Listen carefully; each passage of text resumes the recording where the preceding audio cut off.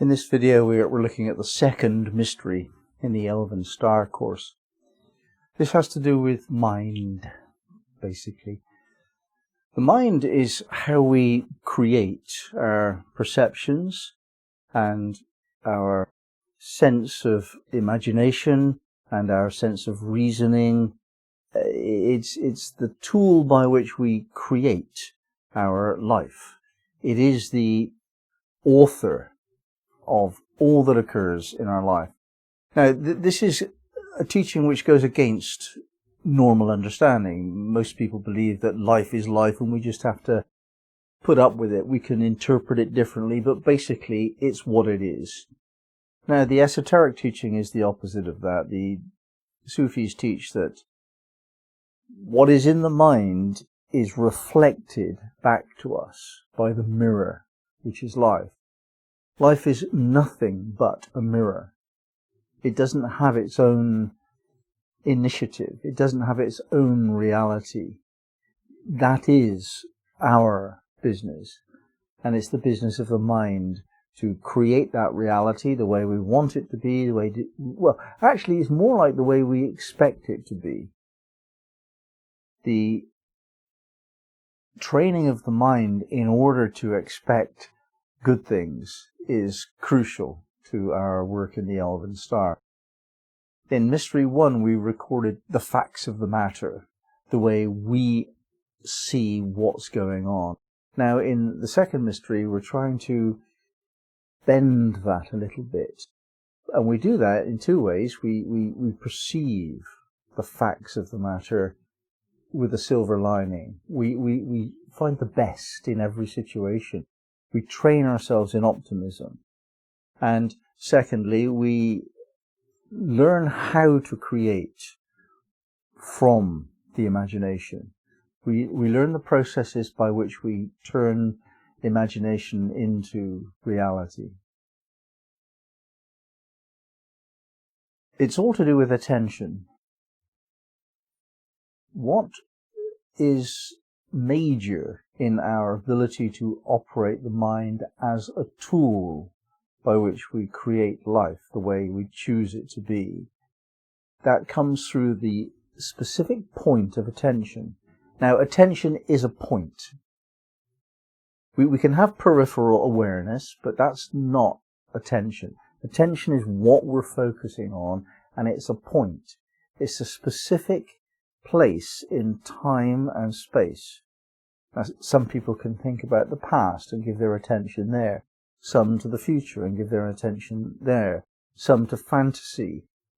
And these are all actually fantastic. None of them are real. The reality is here and now. And when we focus our attention on the facts of the matter here and now, then the front part of the mind is taken up. What happens then in the back part of the mind, I don't like the terminology particularly, but the gross mind is focusing the attention and the subtle mind is allowed to be a softer version of the mental processes. This will absorb what's going on peripherally without giving attention to it. The brain operates to distinguish these two things in a physical way. There's the right brain, which kind of deals with the soft aspect of mind. And this is enhanced when we practice non-verbal methods like learning a musical instrument, for example, or doing artworks, or using color to create mood, or using the imagination to create a mood or an atmosphere, and so on. All of this is right brain stuff.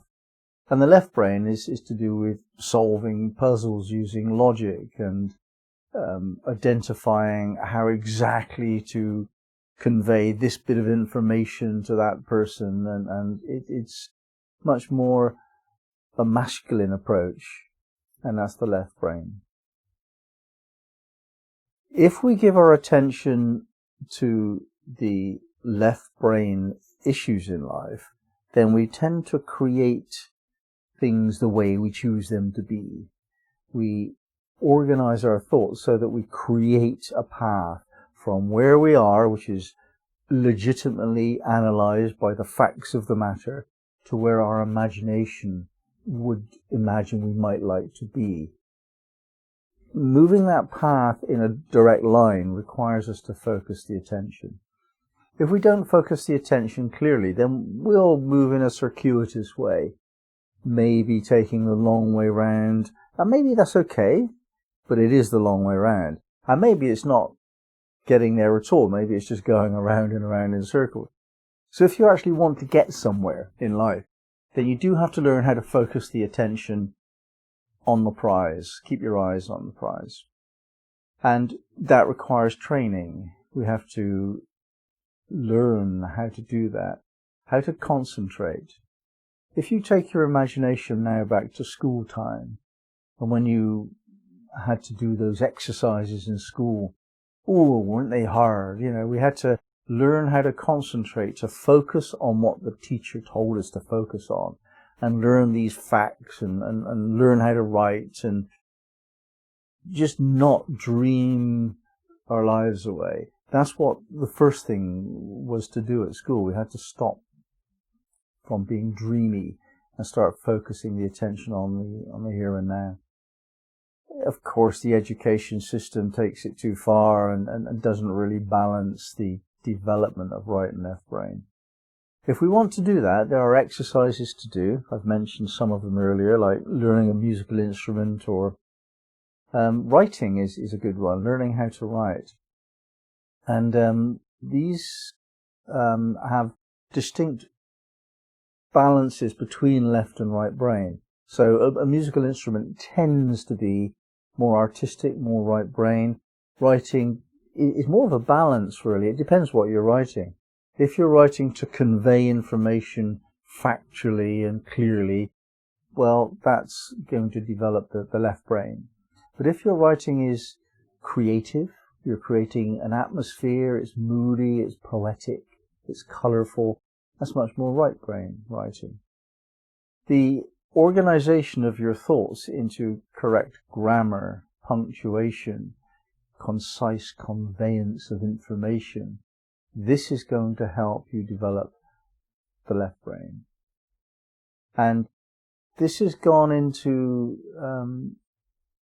a state of being in the time since the internet, in the last 20, 30 years, where writing has lost its discipline. Very few young people now can spell or punctuate. And it was a big thing in my day when I was a kid that we had to learn how to do that if we wanted to get on in the world in terms of a managerial position. So a lot has changed in this respect. Whether that's for the good or the bad, I think depends upon the individual and the situation at hand. But it's a sad thing if we lose the capacity that language gives us to train our minds to think clearly. And that's because thinking clearly creates a clear life, and thinking in a confused way creates a confused life. And most people will agree that a confused life is troublesome. It's fraught with stress, anxiety, mistakes, wasting of time and money. Confusion isn't good. So the facility to clear the mind of all of that and focus is a good tool to have in your palette, in your toolbox. Another way to develop the mind is to contemplate. Now, there's a difference between meditation and contemplation. The idea of contemplation is to take a particular subject, perhaps an aphorism, a set of words, a wise teaching, and allow your mind to dance around that, to look at the poetic side, to look at the logical side. There are some great examples. Love is all you need. That's a good one, isn't it? Is that poetic or is that real? It's poetic, isn't it? Love's no good if you're hungry, you want food. And love will always find a way. Well, you try telling that to somebody who's been rejected or disappointed in love. These are not statements which need to be understood in the left brain way.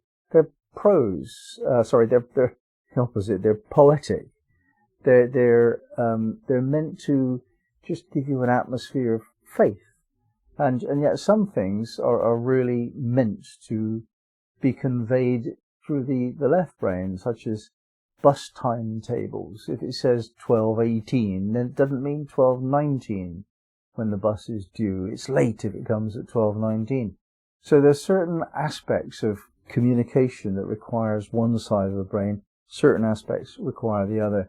And we really do have to do work to develop the mind so that we can cope with both.